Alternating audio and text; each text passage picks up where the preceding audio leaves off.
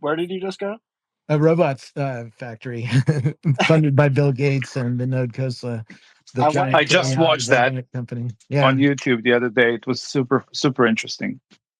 Yeah, that guy's really one of the most brilliant people in the world. He built the computer vision system for the Stanford car that won the DARPA Grand Challenge. So he's built autonomous vehicles. He built the core software or much of it at Magic Leap in the early days, and now he's building a robot company. So he's like Pele. He has all three. He's the greatest of all time, kind of thing. Situation among nerds. He's collected all three badges. Very few. I don't know anybody else who's collected three badges like that. What So is he the understands how the computer thinks, how the AI thinks at a deep level, and I like those kind of people. I've been studying those kind of people for a long time. what is the goal, or what is the purpose of I didn't get a chance to watch the video, Yeah, but what are they accomplishing, or what are they they're striving to do? they're trying to build a low cost robot that would go into factories that are missing people right now and need some help. They have hands, they have a body that looks like you, at least from the waist up. It sits on a cart. And it's going to do low wage jobs, pushing buttons on machines, putting material into machines, or doing simple stuff on a manufacturing line. I used to run a manufacturing line or work at a manufacturing. One of my first jobs was being a child laborer for Apple Computer. Actually, my mom built Apple II motherboards in our kitchen, and so I fell in love with this company early because I fell in love with their motherboard. I learned to solder on the motherboard of an Apple II. How So would you, it goes Robert, deep. describe what Apple's core mission is? In your words, what is Apple about as a company? Make human beings better. Make human beings better. And what in what dimension are we making them better, or how is Apple making human beings Better better? fitness services so we stay fit, right? Better education services so our mind stays fit. Better information services, the Apple News, right? So that we stay up to date on the news, which is sort of uh, important to pay attention to. Um, and what else? Music, right? They have so much to offer as somebody who's going to buy a $3,000 headset. They I won the think best TV Apple show is one of last the year. most They won historically significant companies. Yeah. Yeah, and we're about to see them launch their most important product ever. Yeah, More important than the iPhone. The iPhone was like, yeah, if we win, we win a lot. But, we don't really know if we win. And they didn't even put an app store in it. They had no idea what the iPhone was going to create. They were just trying cool shit to put out a product that is easier to use than a Nokia phone or a Palm Treo they all carried. I Yeah, was but speaking to those someone very times. close to Steve Jobs a couple of months ago, and I, asked him about what he thought of positioning and AR glasses and these kinds of things. And, he told me that Steve was thinking about these things already back in the Of course. 80s. What Yes. a space alien. Yeah, I've met Vitalik, the creator of Ethereum, and I called him a space alien in the interview. I said, "You're 17 years old. You know more about economics than my professors do, and I don't understand a thing you're telling me." I had to listen to it a few times to understand smart contracts. Yeah, It's, these people are they're different. They stand out. Their brain is very unique, and it's fun meeting these people. I can't be one of those people. I can't write code like that. When you talk to him on a whiteboard, he writes in math equations. He says, "Oh, the car is doing this equation," and he writes the equation out. No, I can't do that. Yeah, it's interesting how you mentioned that at the time of its inception, things were very different. But now we're seeing some technology that's already been put into like the iPhone 10 or the iPhone 11. The new M2 chip has a significant amount, which is dedicated to neural networks. We have the ultra wideband in a lot of devices already, but they're not powered up yet, right? Yeah. That was a part from the podcast that I took away and started doing some deeper research. Yeah. And it truly is significant. Some of the stats that what's in the M2 chip, what's in the M1 chip, what's in our phones, and what that's going to allow. The ultra wideband network. Yeah, because it's kind of the first time, it's typically the internet's been like elegantly scaling, like failing to scale, and we like make new things to make it better. But this time, a technology is going to come onto a foundation that's quite prepared, which is going to, at least with 2D things, right? So, can you explain what you mean by that? The iPhone screen was made for 2D. The iPad screen, same. The Macintosh screen, even more 2D. 2D with menus. But yeah, if I had gone into Steve Ballmer's office and said, "Oh, tablet's not working very well," I used to work at Microsoft as a strategist. If I had done this, I would have got fired instantly. We need to get rid of Windows because our users can't figure out how to click on a drop-down menu, and doesn't make sense in a screen that you're touching or poking at with a pen. So let's get rid of that shit. Make everybody rewrite their software for the pen or for the finger. Steve Jobs did, but not Steve Ballmer. No. You don't get rid of Windows ever. That's the moneymaker. That's how they view the world. Strategy taxes, we used to call it internally. You have to serve Windows. You have to make sure you're on Windows, and you have to make sure you're hooked into Office. That's another strategy tax. And the Office team didn't need to support the tablet at all because they had a $10 billion a year business or whatever it was. I feel like a meaningful difference between Apple and Microsoft as companies is Microsoft settled into this identity or strategy where they were very concerned about addressing the market. Whereas I feel like Apple very much was always in a mindset of creating a market. Yeah. And how Woz walks us through the Computer History Museum, explaining how important each computer is. Each one of the computers in his childhood were in a retail store or some big corporation somewhere in the valley, and he was sneaking time on them at 2 a.m. to type in his programs. And he told his dad, "I want this computer in my house." And it was a $65,000 computer back then. It was a digital equipment computer. And his dad said, "That's as much as a Cupertino house." Back then they were maybe $60,000, $70,000. Now they're $1 million. No, $4 million. It's crazy. And his dad said, "That's as much as a house." And Ma said, "I don't care. I'll rent. I want the computer because I don't want to go into the corporate system at 2 a.m. anymore. I want my own thing at home so I can play around." He didn't even want to build Apple. He wanted Hewlett Packard to build it. He thought being an engineer at Hewlett Packard was the best thing you could ever do with your life. I think that computers over the last several decades have really allowed humans to unlock their productivity. And what I think that augmented reality will do as it comes to fruition is it will really advance human communication, our language, how we communicate with each other in ways that I think are hard for a lot of people to intuit now.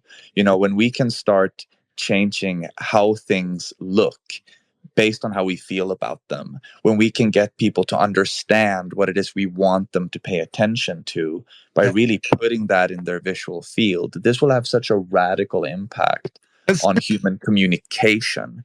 Absolutely. As soon as we can play ping pong with each other, it's all over. Do you have any popular my ping pong game is in the backyard? people, the family comes over just to play that. It's a $70 game. They don't care about the TV most of the time or the stereo or the sound system. They're out there playing games. So if you can play ping pong against somebody else, oh my God. And See, what's crazy about that is like the concept of going back to how like much this is going to change the landscape. That makes me think of Pong when it first came out. Like the yeah, idea of sitting next to a screen, being able to interact over a 2D game. I feel like the whole landscape is really after our conversation. I'm like, we're going to experience connectivity like never before. It's going to feel like a whole new internet. Um, yeah, and think of it it's as gonna just your house. Only you can talk to your house. Hey, take me to Yosemite National Park. Oh, okay. Now I'm walking around Yosemite National Park, or play some game. Beat Saber's on the Meta platform. We'll see if they show up on the Apple one. But something like Beat Saber is going to show up on the Apple one too. It's too obvious of a thing, right? I'm And going to be a little bit counter here yeah, and say that I don't think that the strength of augmented reality is that it will allow us to explore virtual worlds.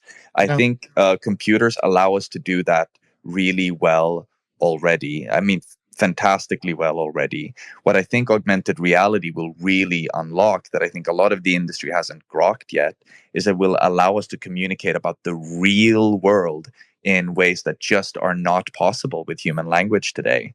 Uh, bingo. a, You a can fun take thing that came up as an example, we're at a company conference now, right? And a fun thing that came up as an example is one of our colleagues had their fly open. And in the future, I won't have to uh, say that out loud to my colleagues. I could, if I want to be mean, I can place a little marker in augmented reality for one of my colleagues and be like, hey, look, his fly is open. And this is a complete nonverbal communication. I think augmented reality is the last step in human communication before we have direct neural interfaces. And like, it's not about AR gaming. It's not about exploring new virtual worlds. Like, that'll be fun, but that's still like the old computer way of thinking about digital media. What I think augmented reality will do for humanity is fundamentally change the way we communicate with each other about the real world. Totally agree. The founder of Sync Reality watched the WWDC in my house and then scanned my house. And he put a fashion show in my house where the fashion models were walking around my tables, my couches, on the floor in my house. I Yeah, want your it's job about so the bad. bandwidth. Yeah. Yeah, so sounds like a lot of fun. It's about the bandwidth of the information, right? The like currently we're using language, and we're typing, we're using our fingers, and some of us are able to successfully use text to speech to text. I haven't mastered that yet, Yeah. but basically, imagine once you can communicate in images which are directly transferred into visual space around you. This is like a wizard hat, Yeah. like a wizard, like this is casting spells in real time for other people to see. What one thing about neural radiance fields is you can put a camera anywhere in the field aimed in any direction. And so two of them makes your headset. And you're walking around a neural radiance field of your living room. You're seeing Yeah. And then to that point too, the compound effect of now that we can store data so effectively, like this type of structure is just going to insane day by day, minute by minute. It's just going to become more sophisticated and really lay out this extremely scalable system. But what we talked about in the podcast that I found interesting is like, who is going to build this like layer one that we'll all interact with? Like what's going to be the mass adoption where everyone agrees on this first augmented reality? Because when it's shared, that's when the magic happens. And we were kind of talking like it's most likely going to be an Apple. Are there any other players that we should be talking about? Tesla. It's Tesla versus Apple long term. And For See, and then that was a cool point you brought up as well, because like the whole Twitter purchase, when I first heard that from Elon, I jumped to my emotions and was like, he's buying it for an ego purchase. Like, he loves trolling on Twitter. He loves that experience. He just wants to own the platform. And you luckily enlightened me on like logistically of why he would do it with all that data in live time. Teach his model everything for the Tesla car, like everything about society. Because it can listen to every one of these Twitter spaces. If you want a self-driving car to learn road rage, Twitter is a good place to go. And if you can figure out who's road ragers or different people or bots. I could train their AI pretty quick. I've been on Twitter 15 years. It's crazy. We all know what the bots look like, how they behave, what's on their bio, what's on their avatar, what signals are they giving out, and how cloaked are they? Are they just replying to things? You can figure those out pretty quick too. And I also just want to let everyone know, if anyone took the time to listen to the conversation we had with Robert on FutureFi, the podcast, please feel free to request. The whole concept here is to make it a three-dimensional conversation, if you will, just because the whole goal is not to have it just be like consumable content. It's content that we want everyone to engage with. And, I just got inspired and asked random questions, but I hope the podcast inspired questions for you as well. So if you have any questions, please jump up. And we also got lucky enough to have Nils from Aki Labs and Demir from Matterless. Nils is a badass. Dude, right? We were lucky to have him on the podcast too. I'm like, to be honest, this podcast started as like a passion project. And the fact that it's come to this point with you guys, I just want to say thank you so much for jumping on and believing in what I'm working on. And like, this is like a pretty surreal moment for me and my team that's been doing this. So thank you. Coming up, I try to help them. So thank you. Of course. But I might just jump in quickly. My background is in intellectual property law, so I'm interested in what legal repercussions you see coming up. I mean, I know we're talking about trolls, and we've got lots of issues in play at the moment. I'm not sure how close attention you're paying to NFTs, but we've got a lot of we've got some defamation issues and trademark issues. Where do you think we stand in relation to AR? I'm a bullish person on NFTs long term. I think you have to go through a valley of questioning right now, and the strong are going to go through this period and survive, and they're going to be the ones who are in-app processing system, because in a world that I dream about, eyeglass wearers are going to be constantly transacting. And why do we want to pay Apple 30% or Meta? We're going to do that real fast, and we're going to look for alternatives. And NFT is a real alternative to that system. If I want to put a piece of virtual art on my wall, which I will want to do soon, all humans will want to do stuff like that. Do I buy an NFT service or an NFT for the wall? Yeah. Could I do you buy your maybe address Lacey Thing's question from a slightly sideways angle? I think removing the word intellectual from intellectual property, I think there's something very fundamental that will need to happen to human organization, government, and law in relations to property when augmented reality glasses come out.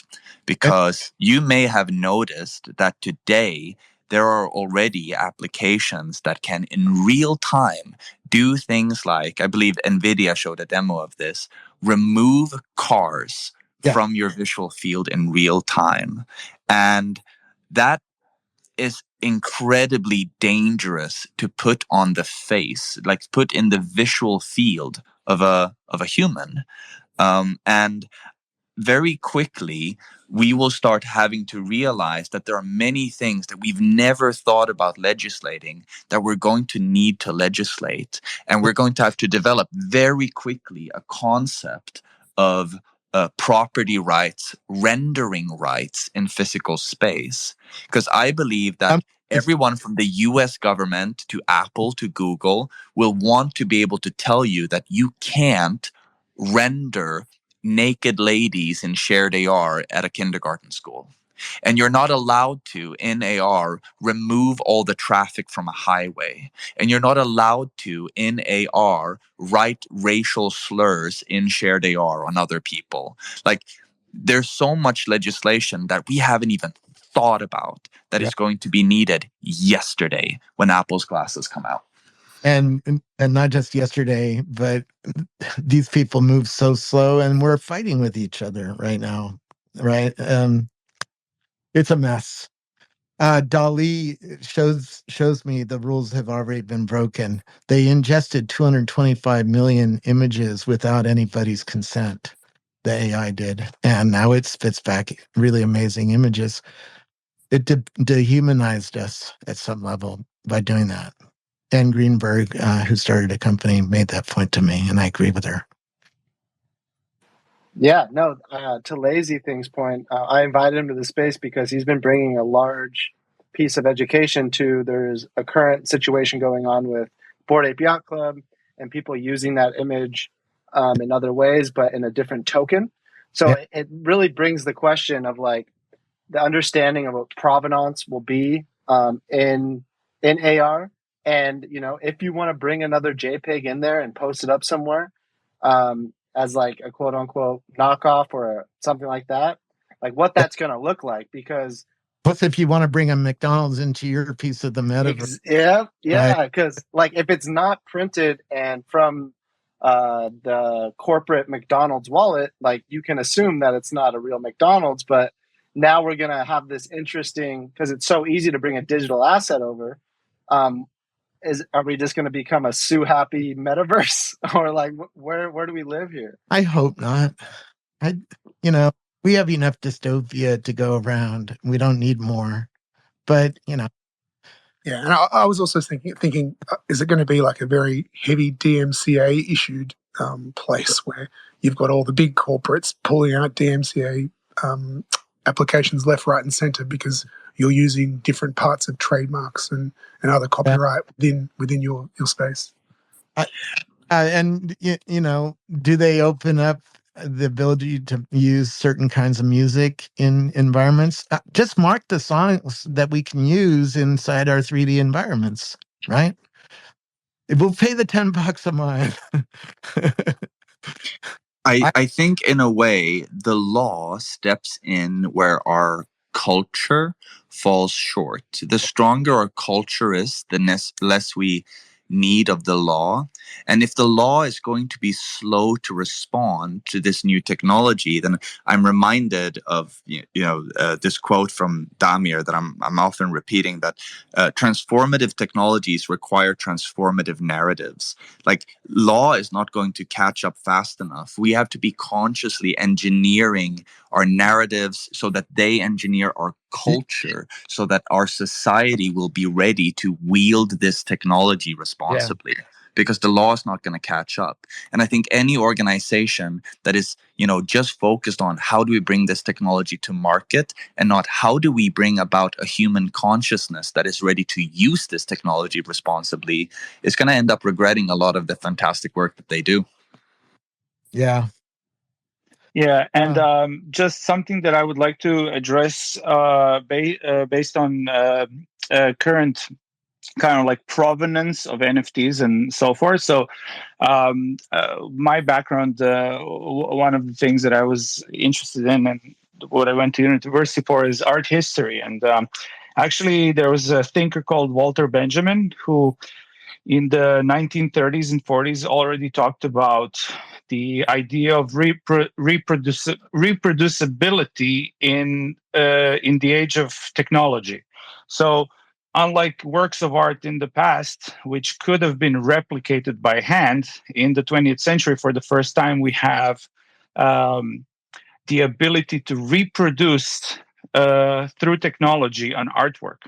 And does this diminish the importance of creativity? Does this diminish the eternal value and the mystery, which is something that people traditionally associate Don't with they the ask work these of art. questions every time there's a paradigm shift? I mean, yeah. No, The I mean, concept is the French cultural minister walked me through the Louvre and said, at this point, we got new inks, and that caused this to happen in society. It was a big outrage. I think that there have been few paradigm shifts that are going to be as momentous as this, because when augmented reality becomes shared augmented reality, we get faced with the, reality. Like, reality is that which is intersubjectively perceived. So when shared augmented reality is out there, when we're all wearing these glasses, By the we are way, not that just one changing the statement of paradigm, we yours are could be argued changing what about for reality hours. is. Sorry. That one statement of yours could be argued about for hours, and we do. Just that one statement you made. This is what we do. Yeah. There's a lot.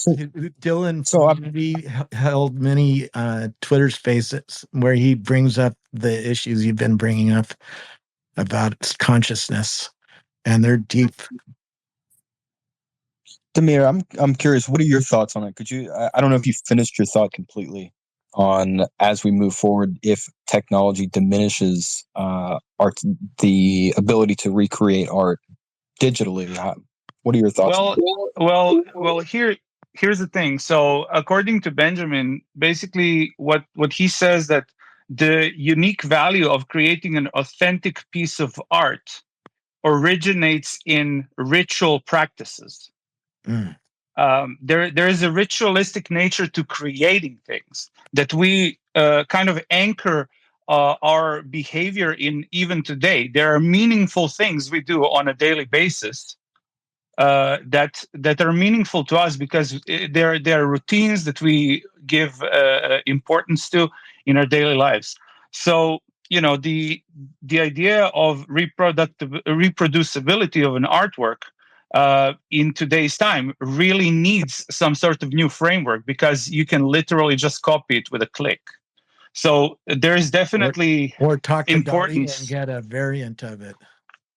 Yeah, exactly. And I mean, if you get that variant, what makes that unique? So, for instance, a lot of artists who are now working with AI, they will talk about how, they will say, this is something I made, right? So I made this with this program, with this AI, but it's something I made. It originates from an idea that was manifested somehow through a medium, and that medium, just in this case, being a new type of, an algorithm which is able to sort through, like a network that's smashing things together, to put it in a very simple way, a simplified way. But the end point is it's something that we find value in. And, in this new world with new technologies, this is a fundamentally human trait that we will still need. So if we have a shared AR experience, for instance, it's going to be something that requires us, like we will require from it to give us some sort of sense of meaning. And the sense of meaning is going to come from creating a intersubjective experience, intersubjectivity being the need that what we do and what we create and what other people perceive must be aligned. Reality has to be something that we perceive together.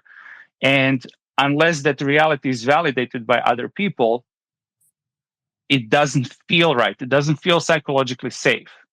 So if you show someone your NFT and they don't understand what an NFT is, they're going to say this is a computer image. So you need to have this context in where people agree on what an NFT is. And this is the intersubjectivity that we all crave so that we can have some sort of connectedness and a sense of belonging to the same group who has the same type of values. Yeah, maybe the metaverse is not, a million different places that we disappear into online. It's the technology that brings us all back together in the present. Yeah, and I think that's the serendipity of like AR and blockchain technology existing in their own lanes and how they're going to intersect to solve. Sorry, hype train, guys. And just it's one of those things that they happily just created side by side, and I think it's going to play such a huge role because back to the IP point, we're going to have so many issues there. But I think like DMCA's aren't going to exist because it's going to become so easily, and like you can put anything anywhere. It But it if might it's going not to let have, you place something down that you don't have a license to, right? see, but that's like in a layer one, right? Like that's a layer one, like that Apple hosts. But there's going to be other people that want to make the Silk Road version of an AR shared experience where it's decentralized, self-governing, and that's where kind of this provenance comes into play. Like, is that a real one? And the community kind of like governs itself. Like, stop putting all these fake things, and like if you have it, you have it. It's going to be interesting to see how that plays out. Totally agree. But that's the back to the main point is like, for people that look at this space from an investment standpoint of like who's going to onboard the masses, I completely agree. It's going to be Apple, and it's going to be in their ecosystem. Back to Nils' point where you can't just write curse words everywhere. And in a podcast, you made a great point. Like, we're not going to get mass adoption if a family buys these, brings it home, and like, hey, son, try this out. And there's like porn happening right next to them. They're going to be like, we are not paying for this. Like, this parenting's hard enough. Like, so it's Apple is the most trusted company in the world. It truly, I mean, the fact that the security, right? The fact that they put so much focus onto that is going to propel them so far forward in this movement, because I think we're looking at the next printing press. The first time we saw the internet like was kind of a slow like trajectory if you look at the beginning of it, but like it's hard to compare it back to that, but it's like it truly is. It sounds so cheesy, like Internet 2.0. Like, I know we have the 3.0. Hear me out, whatever, though. Yeah. Once you get an autonomous car or take a ride in one, and you realize you've given your life to a chip, your mind flips and you're like, oh, what does this all mean? Because it's driving on a curvy road at 60 miles an hour a foot from the wall, and I'm having my. Oh yeah, because if the marketers who study this, and they do study this at depth, Google had the data to know that after 3 days in an autonomous car, you wouldn't drive very much anymore. Wow. And the guy who told me this was Peter Norvig, who ran R&D at Google, and he said, he asked me, why do you think Google had all these small bubble cars? There's actually one in the Computer History Museum. If you go to the Computer History Museum, it's in the lobby. And they were small bubble cars that only went 25 miles an hour. I don't know. And he said, well, we had, when we started handing out the full-size Lexus to the employees, we had them sign a contract that said, you will be fired if you take your hands off the wheel for more than a second, let's call it, and your eyes off the road. And there's a sensor watching both. They point that out in the tour of the car when you get the car. And they point out, you take your hands off this wheel, you're going to get fired, right? Because the camera's watching your hands. And everybody broke the rules in 3 days. So I just had a crazy thought. So there's a big model occurring with, microtransactions and like the concept of play to earn. Yeah. Do you foresee with Tesla accumulating all these touch points for these fields and all of this stuff, is there going to be a model where potentially you could purchase a Tesla and like if you drive X amount, your monthly payment goes down for the data that you're contributing? That would be interesting. For right now, he's getting 2.5 gigs a day for free. So why would he start paying for it?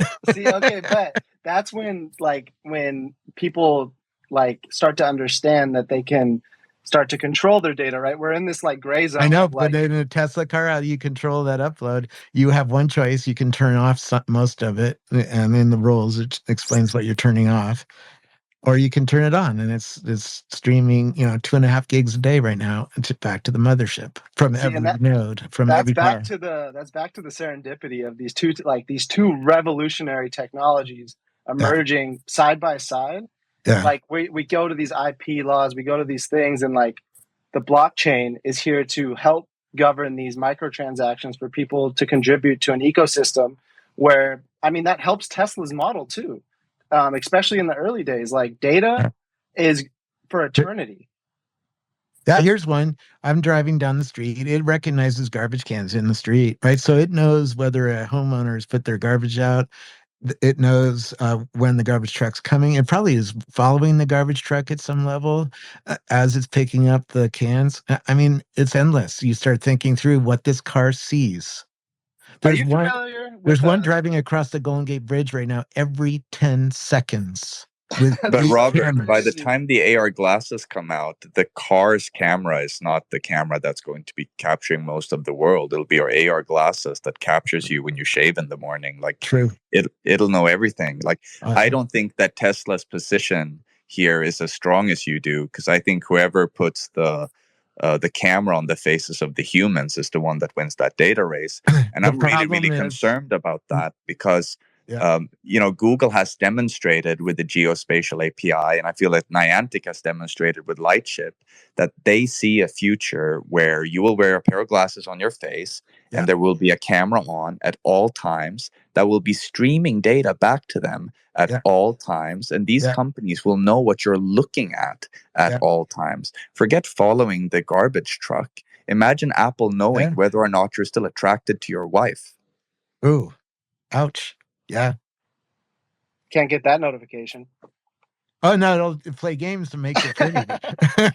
I heard I'm going to be Brad Pitt when the Apple devices come into the house.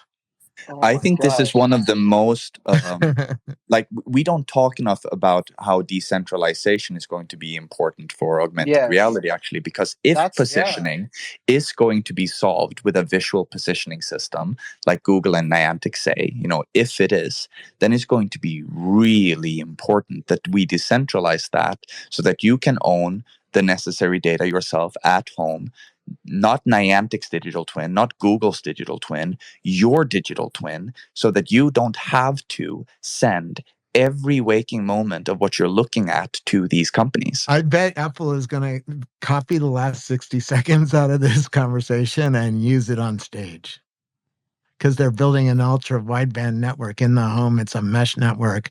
It's a decentralized network, and it doesn't need to send packets home to mommy. See, I also believe and hope that Apple is going this way. I'm not sure that Apple will let you so even if you're doing positioning with ultra wideband, you still need a digital twin to know like where to render things. If you want your matterless pet to be walking on your table, you need to know where the table is. And ultra wideband doesn't solve that. So you still need to have a digital twin. And I'm hoping that Apple will let you have that digital twin self-owned in a way that is not accessible to them. And that is certainly, our intention at Auki Labs, small potatoes though we are. This is what we think is really important in the construction of visual positioning systems, is that we shouldn't know what you're looking at. We don't make the data our business model. We don't collect it at all. Yeah, I agree, but it's going to get messy really fast, because if I'm playing multi-party games in my house, like the one you showed me with a little truck on the floor or a car on the floor that you were rolling around with your iPhones.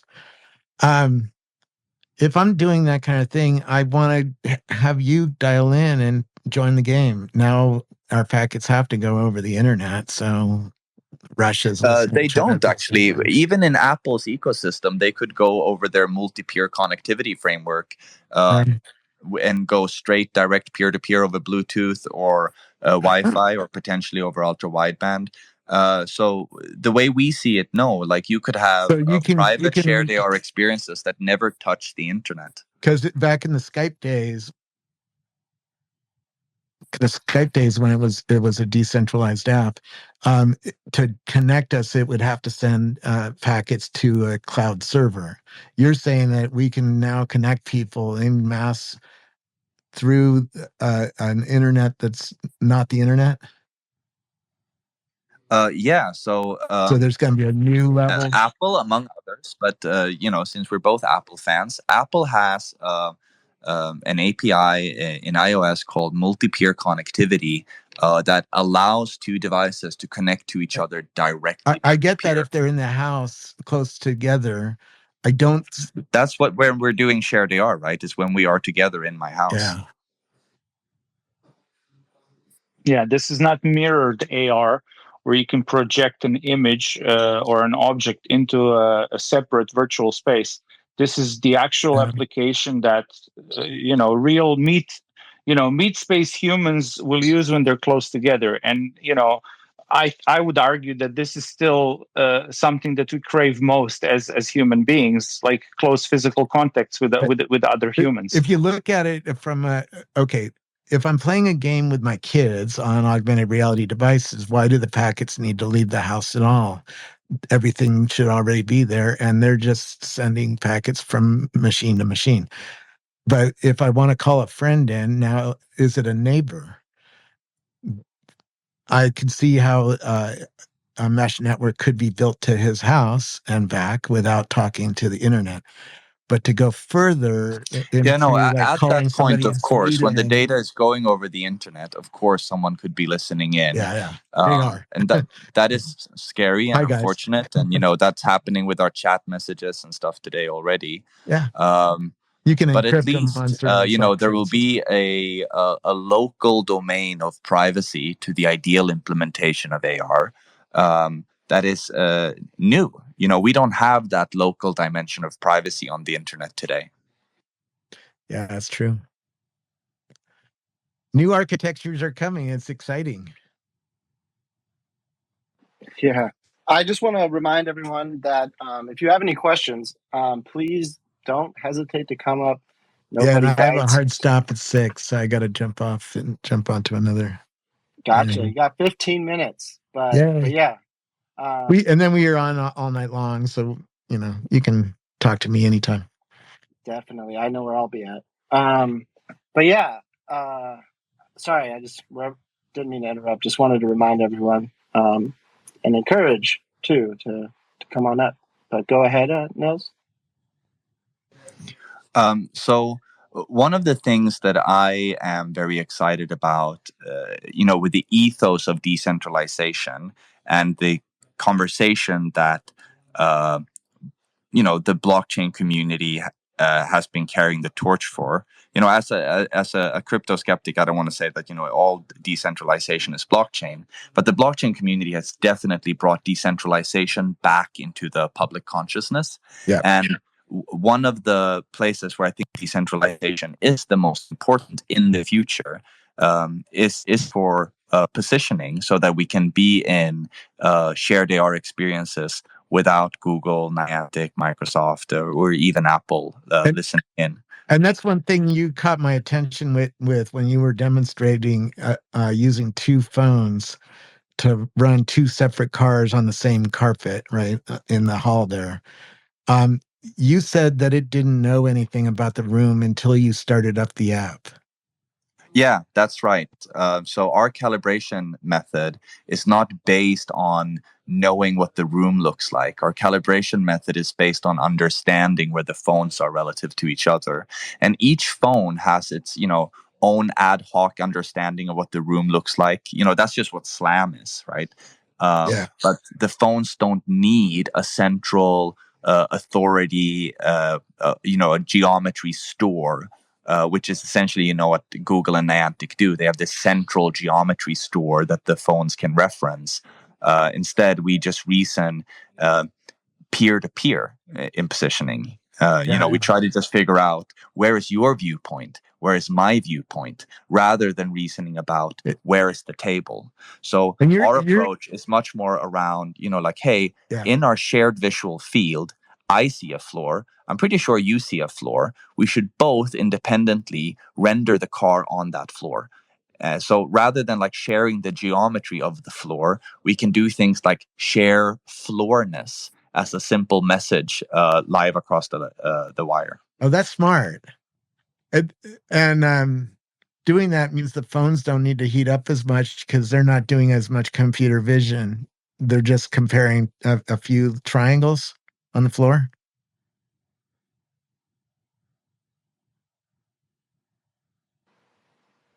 Nowhere. Bruh. Oh, sorry. I just muted myself. So in the implementation that I showed you, we do let the phone just look at the world through its SLAM the way any SLAM would.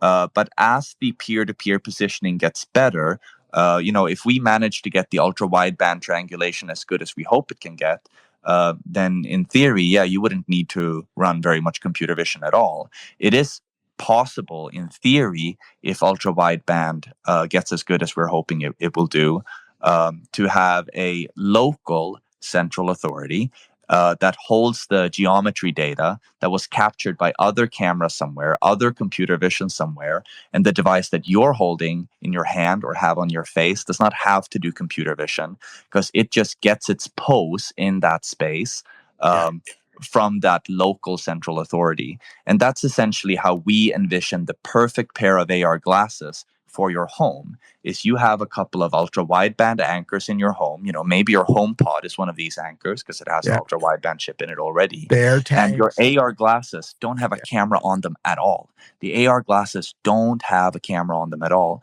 They get their pose through ultra wideband triangulation, and other cameras have previously mapped the room and made the digital twin. Maybe you even have live cameras, like almost like surveillance cameras that are your own closed circuit TV that are continuously mapping out this No, photography. did you see the But the holder for glasses the don't have to. iPhone?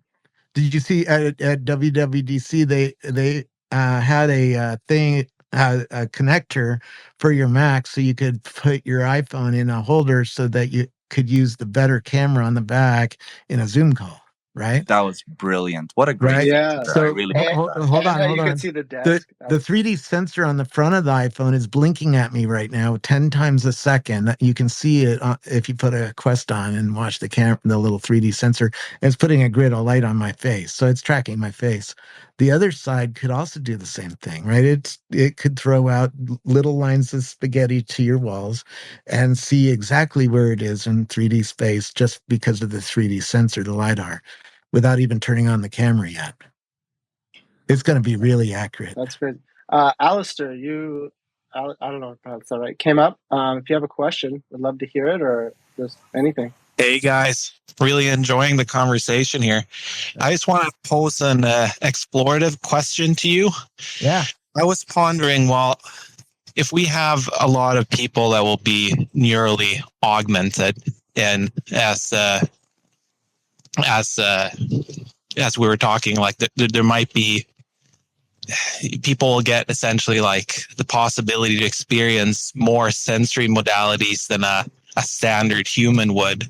Yeah. And all these other things, like what social implications will that have? Will you essentially have like a different tiered society where people that have the best augmented devices will have a substantive advantage?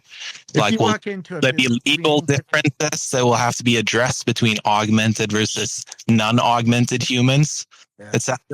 It's curious what your thoughts are on this, guys. If you walk into a board meeting and say, I refuse to carry a phone or a laptop, would you last long there?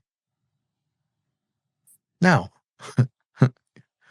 You'd be walk to the door pretty fast because that's your job, is to be on the computer answering email or doing what you were hired to do. And the modern world requires a computer. So the F-35 fighter jet pilots already told me they use augmented reality to beat pilots who don't have augmented reality. So they have to wear augmented reality to train the plane or to fly the plane. There's no option there. I think if we view augmented reality as a new form of human communication, then eventually not engaging with augmented reality will be akin to not even just like, hey, I'm not going to have a phone around, but like, I'm not going to learn how to read. And when we think of people that don't engage with augmented reality as fundamentally illiterate or deaf or mute, that they have this really lacking dimension to their communication, then of course everyone will be forced to opt in. And what that will do to human society is very much up to us. Yeah. Right? The industry, people who build. This is why Damir's comment about transformative narratives are so important, because the human culture will decide what to do with human technology. And to some extent, human technology can shape the human consciousness, as we've seen with social media, for better or worse. Human technology can shape the human consciousness.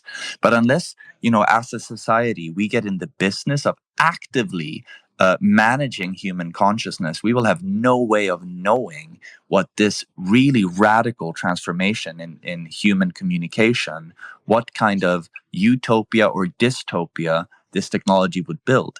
Like, it's not every new change that makes us better does not make us better people necessarily. It could make us a lot stronger at tyranny. A lot of the let's go back in the past. The technology industry does not have clean hands. IBM did the tattooing system for the Nazis in the Holocaust.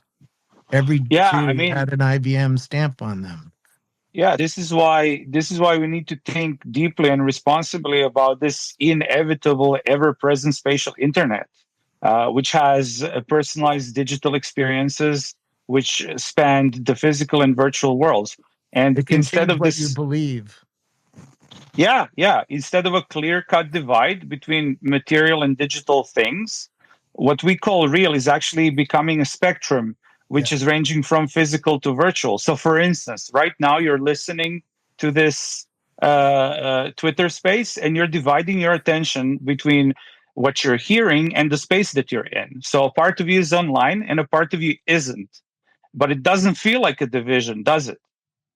Your reality is being augmented. But there's no violent transition in your experience. It's seamless, or at least it feels seamless, because that's what most people accept as normal at this point. So, I am convinced that a significant chunk of our time will be spent in some form in augmented reality very soon. So a mixed reality will be a normal part of daily life. Hold on. And if it's in the Apple headset covers your eyes and covers your ears. Yeah. You cannot perceive the analog real world. When you put it on, it images the real world for you and creates a synthetic reality, a simulated a simulator that simulates the reality around you. And it matches your memory of the reality, so you think it's really cool.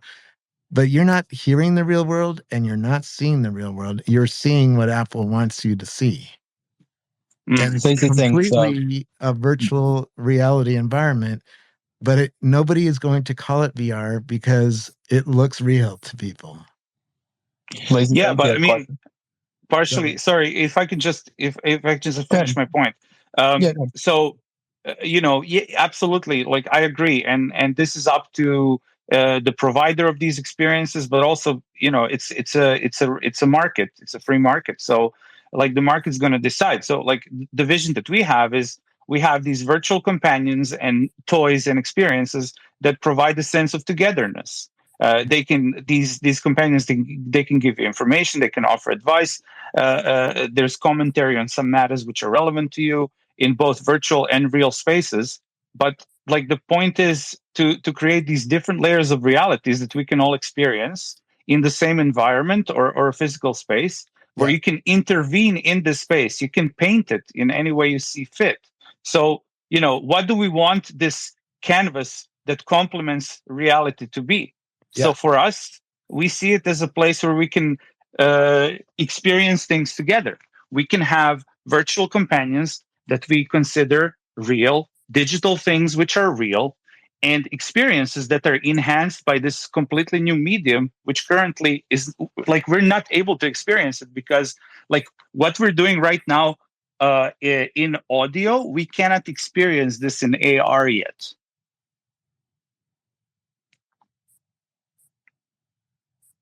I was just curious. Absolutely right. Yeah. I'm curious, guys, realistically, how far away are we from this? It doesn't even have to be mass adoption. But Apple is from what I've heard from insiders, Apple is coming in January, and Kuo, a famous analyst, confirmed that. And you're going to buy it around June of next year. But we heard it here. We had Google Alpha come and go. Like that wasn't really they attempted a release and there was no mass adoption there. I mean, Marty McFly and Back to the Future promised us flying cars back in the 1980s. I get that, but Apple has done more human factor testing on this product than it has ever done in its history combined. So if it messes up and doesn't sell, it's a disaster of disasters. It's like, right? It needs to be something. There needs to be a narrative there which carries this technology into the mainstream, because the technology itself, it's really cool, but like if people don't connect with it, it doesn't matter how cool it is. Because if it's only used, like HoloLens, as you said, like in the podcast, you said it's enterprise. It's not consumer facing. So unless we have experiences which are designed for people to come together and enjoy them, it's not going to sell. So, hey, Robert, let me paint you a picture where Apple's AR glasses fails and why they would fail. Right. So Apple has released a couple of products that didn't do very well. And the reason they didn't do very well is because they didn't match with the mission statement that you described, making humans better. Why didn't Apple TV take off? Because, it makes you consume. It doesn't make you create. It doesn't make you a better human. People don't want that from Apple. People don't want to consume from Apple. They want tools that help them create. It does do if Apple's AR glasses just make you consume, people won't adopt them. If people's AR glasses help them create, especially intersubjective experiences, then they will succeed. But Apple has previously, with other products, falling into the temptation of trying to create products for consumption. And in my opinion, historically, those have all failed. I hope your dreams come true. Well, Robert, I know you got another space. Yeah. I just want to say thank you. And Thank you. I've learned so much just from interacting with you, and just keep doing what you're doing. I mean, I can't thank you enough for the conversation and just how much I've learned, and how I'm looking at everything through a whole new light since that conversation. Yeah, it's when you start figuring it out, it's a rabbit hole. Oh, yeah. Well, it's an infinite rabbit hole, actually. And I'm talking about Dali. But yeah, life is like that. You just keep diving in, and it's like, wow, this doesn't end. Well, thank you. And I look until it does. Yes, indeed. Well, that's it for Robert. He's going to jump into another space. Yeah. If you're interested in it. I'll tweet out the space that he's in later. I don't think it's a space, unfortunately. I'll be on the space at probably in an hour after this next one. Next podcast cool. I have to record. So. Oh, cool. All right. Bye, Robert. Thanks. Bye. This was a really awesome conversation. Thanks for facilitating this, you guys.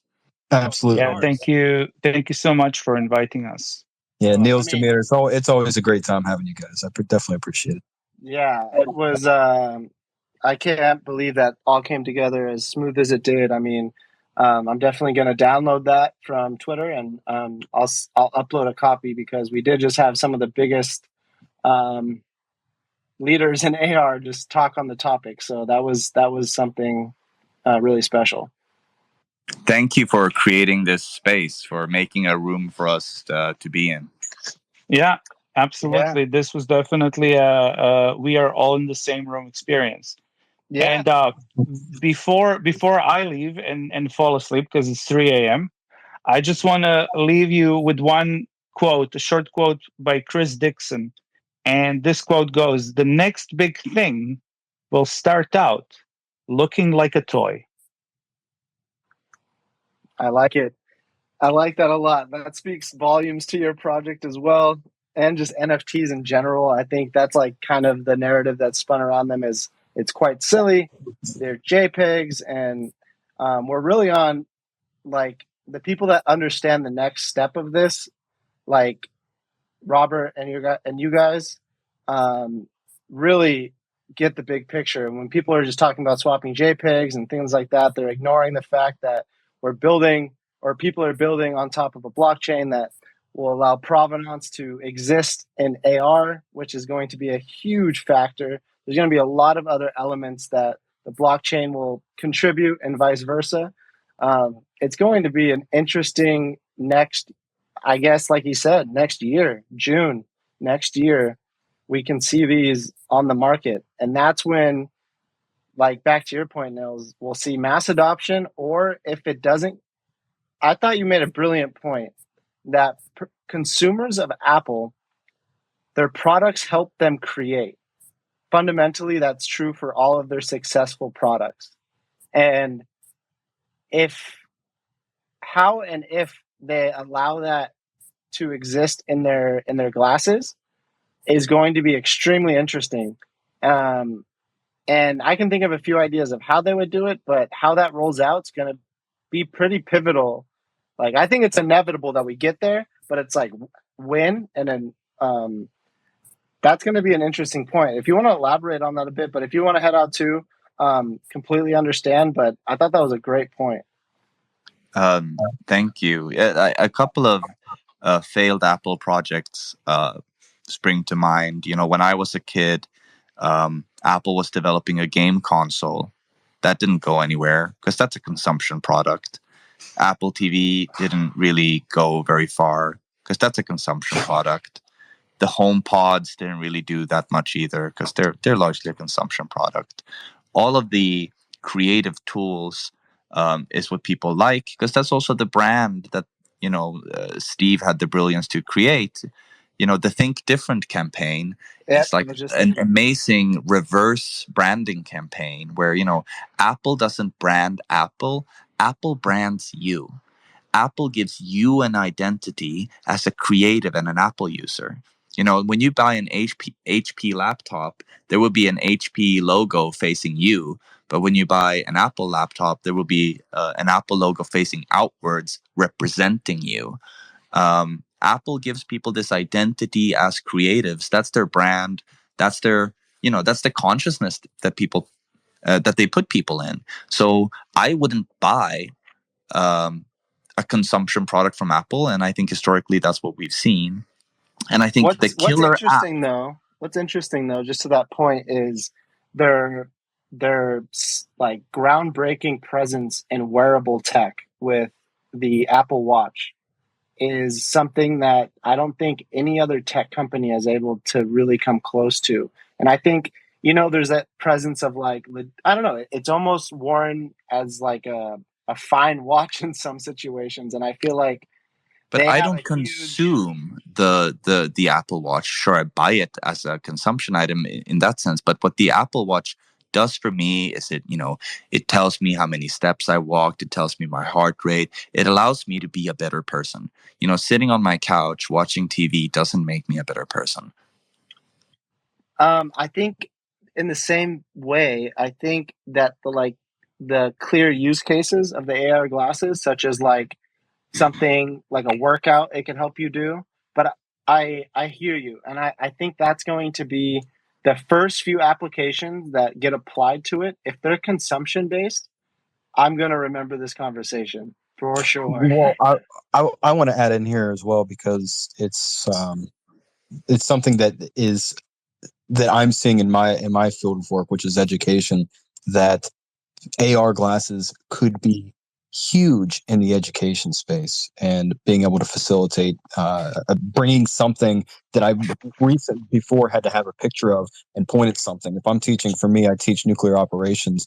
And if I could have a model that I could illustrate to students and they can walk and we could look around it of a steam generator or of a turbine generator, something along those lines, and we can walk and look at these pieces and parts, that would be massive, absolutely massive. Because what that is it helps you communicate. It helps you arrive at intersubjectivity, right? That is Correct. The killer app. And I keep saying this over and over, and I think Robert does not agree with me on this, but I will die on this hill.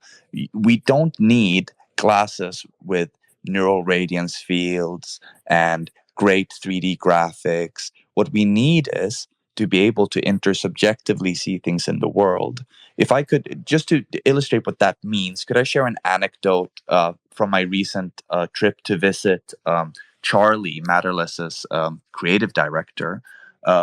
Charlie and I both went to Vancouver to meet up, also with Kevin and Gary, two amazing people on our creative team at Matterless. But Charlie got COVID and had to be in quarantine at his hotel.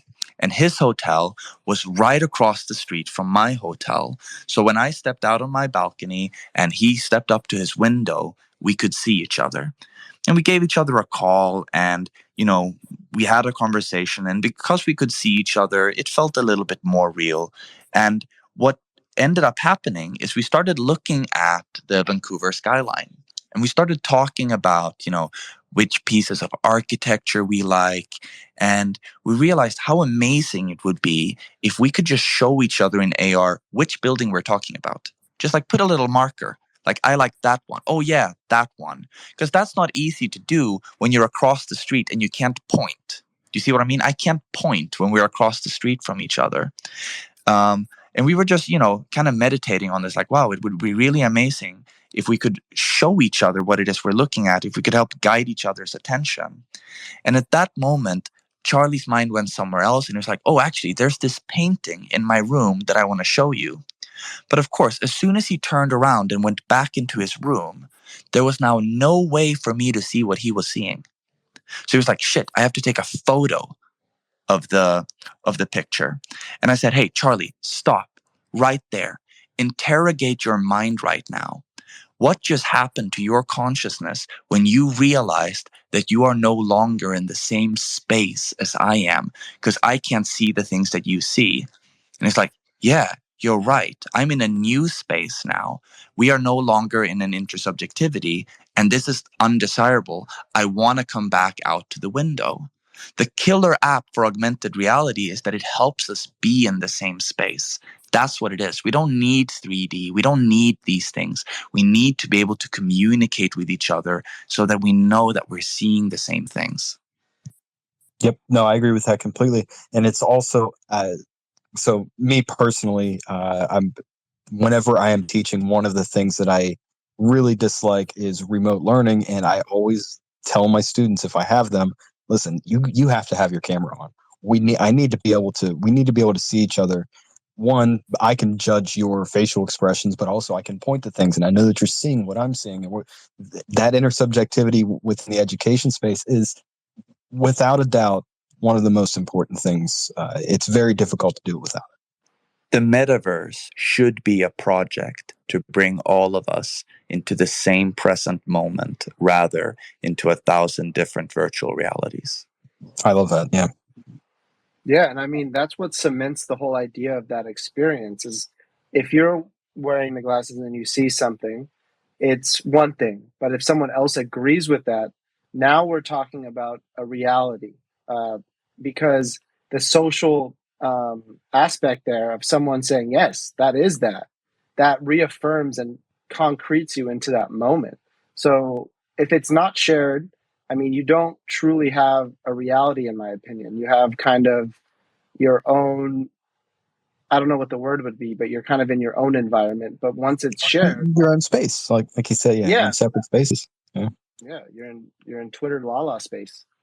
Another fun story, and this just happened yesterday. We have a company on site now where the Auki team was meeting up, and we invited the new CTO of Matterless, a brilliant engineer named Robin. And Robin had built this prototype of a virtual xylophone that you could play with hand detection. And he was showing that to us. But it wasn't made in shared AR. It was just, like a fun little thing he built. And one of our colleagues filmed him doing this. Now, I want you to imagine our CTO playing a virtual xylophone that no one else can see, and what that looks like on a camera. Well, it just looks like him weirdly waving his hand in front of the camera of his phone, right? And we recorded this to him, and then we showed him, and he said that was an incredibly jarring experience because subconsciously I expected to see the xylophone. I got to see this moment the way you saw it, and that was really, really jarring. Augmented reality is not real until all of the cameras can see it. Yeah. Can you go back to that example when we did our podcast, Nils, with the fallen tree? I think for anyone that's listening, it's brilliant. Yeah, absolutely. So in the previous podcast, I made the claim that essentially augmented reality is an inevitable technology because it stems from we could call it the human shamanic impulse to name things, label them, and share that knowledge with other people. We want to achieve intersubjectivity. And language itself is an augmented reality technology, because language, its purpose is to change the consciousness of other people, to change the perception of other people. And one way to illustrate that is, let's say that we were all walking through a forest together, and we come across a fallen tree. And I point at the tree and I say, hey, look at that beautiful couch. The moment I have described the fallen tree as a couch, most of you will see the sittingness of that tree, which, by the way, should be my new Twitter bio, propagating the sittingness of trees. But yes, language allows you to ultimately alter the perception of other people. And we want this. This is why we have language. This is why we invented language, because I want you to see what I see. I want you to discover what I have discovered. I think this is, because I'm inspired very much by the late, great Terence McKenna. I don't think this is really the impulse to language. I think it's the human shamanic impulse. I think that's what it is. And the human shamanic impulse makes it so that augmented reality is inevitable. The question is if we will end up building a dystopian augmented reality where everything we see gets piped over to Google or Niantic or whatever, or if we will embrace the principles of privacy and decentralization and remember that this is just for helping us communicate. It's not for monetizing our data. And it's up to us as a society, not any individual company, but up to us as a society, whether or not we will spend our dollars on these centralized surveillance capitalist products, or if we will support projects like Auki Labs that are trying to build something that is privacy preserving, decentralized, and focused on human communication, not the monetization of human thought. I love it. Can we get, before we end the space here, can we just get a quick shill of Auki Labs and Matterless? Absolutely. So Auki Labs is fundamentally a positioning company that is trying to create a new peer-to-peer positioning system that is so precise that it will allow for things like a persistent shared AR metaverse. Our first invention is the instant calibration technique that has allowed Matterless to exist. Matterless is a company on a mission to bring into human consciousness the idea that digital things can be real. Matterless wants to prove to the world that digital things can be real. And they're doing this by creating companions and toys in shared AR that you can show other people so that these objects genuinely feel real. And if you check our Twitter, we're /Auki Labs and /Matterless S on Twitter, you will be able to find I think on the Auki account, a really amazing video of our head of BD's son playing with augmented reality for the first time. And our head of BD can film this because it is in shared AR. And he managed to capture the moment when his son pet a virtual pet for the first time. That's the magic of true augmented reality. And that's what we're all about. You can find out more about our vision on aukilabs.com/whitepaper or go to www.matterless.com to find out about how we aim to prove that digital things can be real. Mic drop. No, it is an insane company. Matterless and Nils and Demir, both fantastic people. So thank you guys so much for coming. That was like, you should have seen the smile on my face when I saw the message Demir sent. He's like, I saw that you have Robert. Like, we'd love to join. I was like, all this hard work on this podcast and these spaces just felt like it was all worth it. Just having such, forward thinking leaders in the space want to come conversate. I made all the hard work. Thank you so much for creating this space. You're doing very important work. Thank you. Thanks, man. I appreciate. We definitely appreciate that. Hey, Bunsy, you want to get? How about a shill of Xerox Alpha? Oh, no one wants it. Stay away. No. If you like conversations like this and enjoy learning, we like to cover, projects just like Nils and Demir's, the ones that are working extremely hard, but don't have the, you know, just the coverage that they should. The unsung heroes that are really building these spaces that we're going to be experiencing, and not just the hot topic. We try to fundamentally look at projects that are really going to shape our future. And yeah, we're just a community of people highly interested in what the blockchain will bring to this new future that we're on the edge of. If you think you've seen, you know, it really being put to use, this is literally just the test run. If you ask me, this is, you know, trying to figure things out.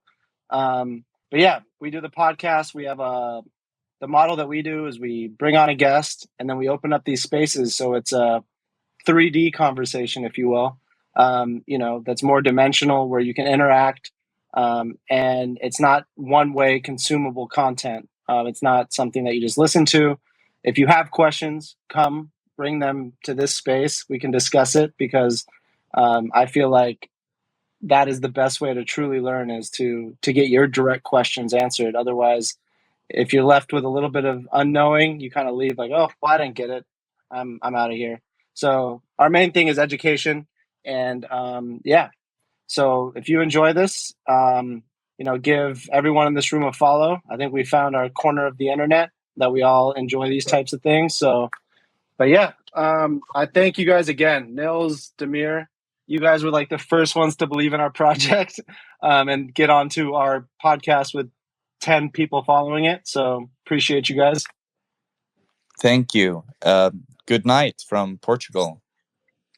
For sure. Demir, get some sleep, man. Yeah. Of course, I feel deeply honored to have been invited to this special space, and I love the fact that you called it our little corner of the internet, because I really do feel like, you know, we became friends, and you know, I don't even know how you guys what you guys look like. So have you seen Brad Pitt? I'm like, it's kind of like that, but like a little bit more refined. Right. Bunty looks like his funk right there. He has a mustache and everything. Yeah, I am he, him, and my pictures are my own. My photos are my own. So it will be a pleasure to talk to you guys again, and we're very happy to join anytime you guys want us. So shout out on Discord or on Twitter, and we'll be here. Oh man, you don't want to open that door. I'm gonna hit you up all the time. I'm just kidding, but yeah, man. Anytime you guys have any, I know you guys are breaking ground pretty much weekly, but whenever you want to discuss something in long form, you know where to find us. And yeah, thanks everyone for hanging out. I recommend finding what room Robert's in an hour. That guy is just filled with insane alpha. He touches every product before it goes out. And we heard it here. June, we'll be seeing Apple glasses. And if I was going to trust one person to get a pretty close release date, it would be him.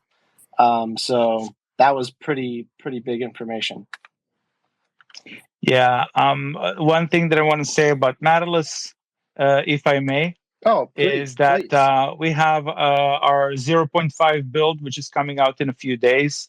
And if you want to get access to a closed beta, you can drop into our Discord server, and over there you can become a Patreon. If you do become a Patreon, you get access to kind of behind the scenes of development that we have, chats with the developers. For instance, tomorrow at noon CEST, we are going to do an AMA with one of our developers, JD, who's doing awesome work with many things on the front end. And we do these kind of chats very often. We get inspired by our Patreons, which would then, like, some of their ideas, they really turn into part of what we're making. And in the 0.5 build that's coming out in the next couple of days, we have improved graphics. We have new lighting. We have new sound. We have more natural movement for the pets. We have some new, like, spotting of objects and items behavior, automatic spawning, a bunch of stuff, which is going to make the one small step towards intersubjectivity. And we would love to have you try it. I'm definitely going to be trying it. But Demir, again, I can't really explain how much I appreciate what you're working on and just the relationship we've built. So appreciate you, man. And yeah, we'll close this one out. But tomorrow we have Recite podcast releasing and another space on augmented reality. If you heard of Shark Week, we got Augmented Week. So yeah, thanks everyone, and appreciate you stopping in. Yep, for sure. Cheers, guys. Bye. Have a lovely day, guys. You as well. Welcome to Future Fun, where our mission is to educate and elevate Web 3.0.